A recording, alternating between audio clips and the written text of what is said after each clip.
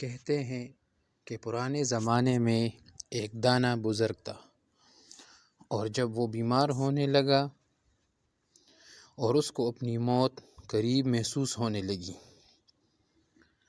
تو اس نے اپنے بیٹے کو بلایا اور اس کو ایک گھڑی دے دی اور کہا کہ یہ گھڑی مجھے آپ کے دادا جی نے دی ہے، جو تقریباً 200 سال پرانی ہے۔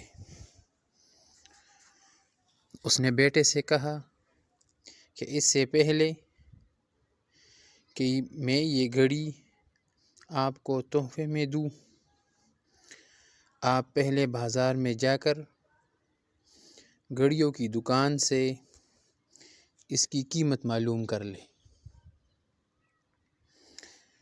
کہ وہ دکاندار کتنے میں یہ گھڑی خریدنا چاہ رہا ہے۔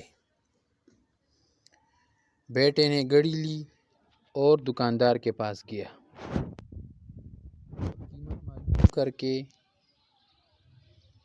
اپنے والد کے پاس واپس آیا اور بتایا کہ دکاندار اس گھڑی کو 500 روپے میں خریدنے کو تیار ہے، کیونکہ یہ ایک پرانی گھڑی ہے۔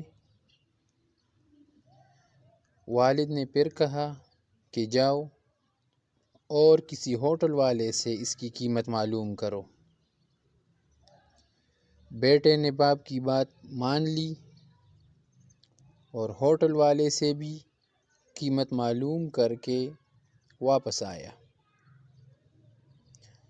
اور والد کو بتایا کہ ہوٹل والا 1000 میں خریدنے کو تیار ہے۔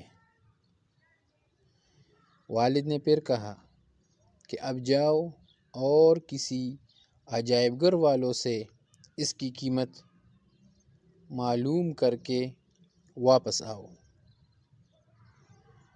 بیٹے نے پھر گھڑی لی اور عجائب گھر والوں کے پاس چلا گیا اور اس گھڑی کی قیمت کے بارے میں پوچھا،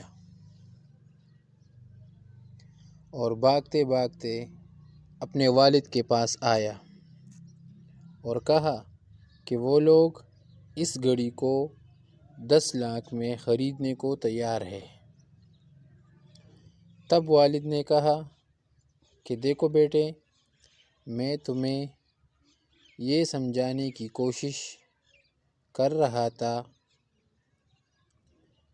کہ صحیح جگہ پر آپ کی قدر ہوتی ہے، آپ کو اہمیت اور عزت دی جاتی ہے۔